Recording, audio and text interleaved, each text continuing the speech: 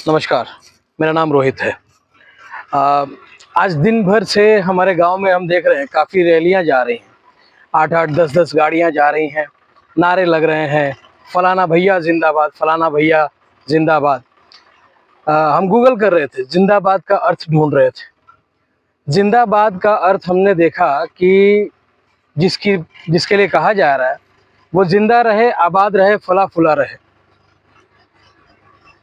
हमें भी तो फला फुला रहना है। हमें कहना यह है कि हमारे एक और पार्टी ने, एक और गठबंधन ने आज अपना मैनिफेस्टो जाहिर किया है, जिसमें लिखा है कि बिहार के हर जिले में फैक्ट्रियां लगेंगी और भी बहुत सारे वादे हैं। दूसरी पार्टी ने तो खैर बहुत सारे वादे किए हैं गठबंधन ने।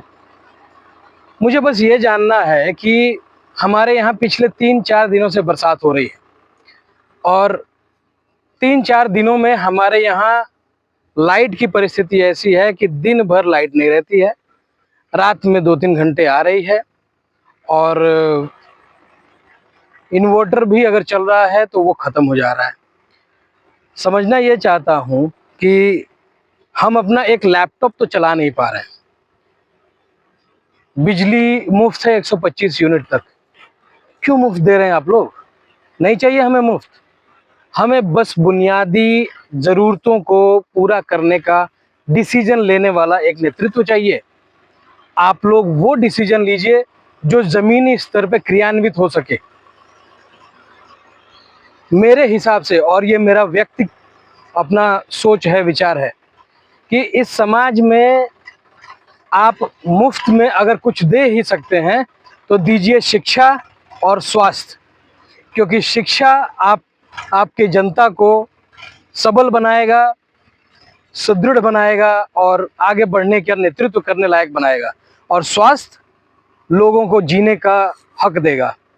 बाकी की चीज़ें हम ये मानते हैं कि जनता हमारी उतनी काबिल है कि वो इस देश के मिट्टी से सोना निकाल के भी और इन सारी चीज़ों को अफोर्ड कर सकती है।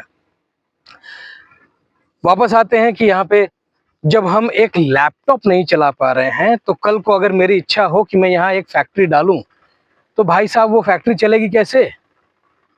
मतलब फैक्ट्री का जो सपना हम लोग देख रहे हैं तो उसको हम चलाएंगे कैसे? बिजली तो यहाँ रह नहीं रही है। और मैं 125 यूनिट फ्री पे बात नहीं करना चाहता हूँ। रही बात मैं यहाँ क्या कर रहा हूँ, तो मैं यहाँ ये कर रहा हूँ। देखिए, ये मैंने अपनी मेहनत की लगाई हुई जो फसल थी, जिसको बरसात की वजह से जो बर्बाद हो गई, उसको मैंने इकट्ठा कराया था। जितना हो सके मैंने इसमें से अनाज निकाला और बाकी को मैं इसी खेत में रौंदवा दे रहा हूँ। क्योंकि जब तक ये सामने रहेगा तब तक हमारा कलेजा फटता रहेगा। और यहीं बगल में रास्ता है जहाँ से रैलियाँ गुजर रही हैं और हम लोग यहीं पे ये काम कर रहे हैं। लेकिन हमारे बड़े बड़े नेताओं ने कभी भी यहाँ पे रुक कर एक बार जानने की भी कोशिश नहीं की कि भैया यहाँ आपको कोई दिक्कत है। खैर, अगर हम आत्मनिर्भरता की बात करते हैं तो जाहिर सी बात है, नेताओं से बहुत ज़्यादा एक्सपेक्ट नहीं करना चाहिए। हमें यह करना चाहिए कि हम कितना योगदान कर सकते हैं। तो मैं तो खैर अपनी लगाई हुई फसल को बर्बाद कर रहा हूँ। 90% भगवान ने कर दिया, जो बचा खुचा है वो मैं कर दे रहा हूँ, और जो घर पे ले गया हूँ वो अंकुरित हो गया है, तो शायद उसको भी फेंकना ही पड़ेगा। एक किसान आखिरी सांस तक उम्मीद बनाए रखता है। हमारा कहना यही है दोस्तों, आप जब वोटिंग करिए तो इतना सवाल जरूर पूछिए कि आप कर क्या सकते हैं। आप बड़े बड़े मैनिफेस्टो मत बनाइए, बड़े बड़े आप वादे मत करिए। आप सिर्फ इतना बताइए कि आप लोग कर क्या सकते हैं, डिसीजन क्या ले सकते हैं। क्योंकि हम जो बिहार की जनता है ना, हमें बड़े वादे सुहाने नहीं चाहिए। हम लोग ज़मीन के लोग हैं। हमें बस इतना समझना है कि हम लोग कृषि पे ज़्यादा निर्भर रहते हैं, हमारे लोग ज़्यादा निर्भर रहते हैं। तो उसको आसान करने के लिए अगर हम लोग कुछ ऐसी नीतियाँ लेके आ जाएं सरकार में बैठ के तो बेहतर होगा। और हाँ, मैं वोटिंग पे भी बात कर रहा था, तो मैं अपनी जनता से ये अपील करना चाहूँगा कि आप अपने क्षेत्र में आए हुए प्रतिनिधि जितने भी हों, उनका जात मत देखिए, उनकी बिरादर मत देखिए, उनकी पार्टी मत देखिए। आप सिर्फ उनसे एक सवाल करिए कि भाई साहब, आप आज यहाँ आए हैं, आप यहाँ कितनी बार आएँगे और हमारे यहाँ क्या-क्या काम कराने की क्षमता आप रखते हैं, क्या डिसीज़न लेते हैं?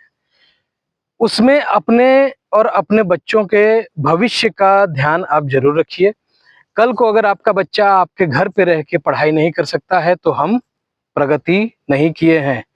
कल को आपके बुजुर्ग या आपके परिवार में किसी को सेहत खराब होता है और अपने घर के पास आप इलाज नहीं करवा सकते, तो हम विकसित नहीं हुए हैं।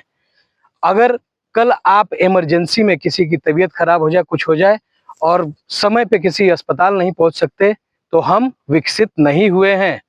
तो दोस्तों, अनाज खाने से शरीर बचा रहता है और दिमाग चलाने से भविष्य बचा रहता है। मैं आपसे हाथ जोड़ के विनती करता हूँ, सोचिए, समझिए और अपने प्रतिनिधियों से सवाल करिए और सही समय पे सही डिसीजन लीजिए, क्योंकि आज का दबाया हुआ बटन अगला 5 साल डिसाइड करेगा आपका। नमस्कार।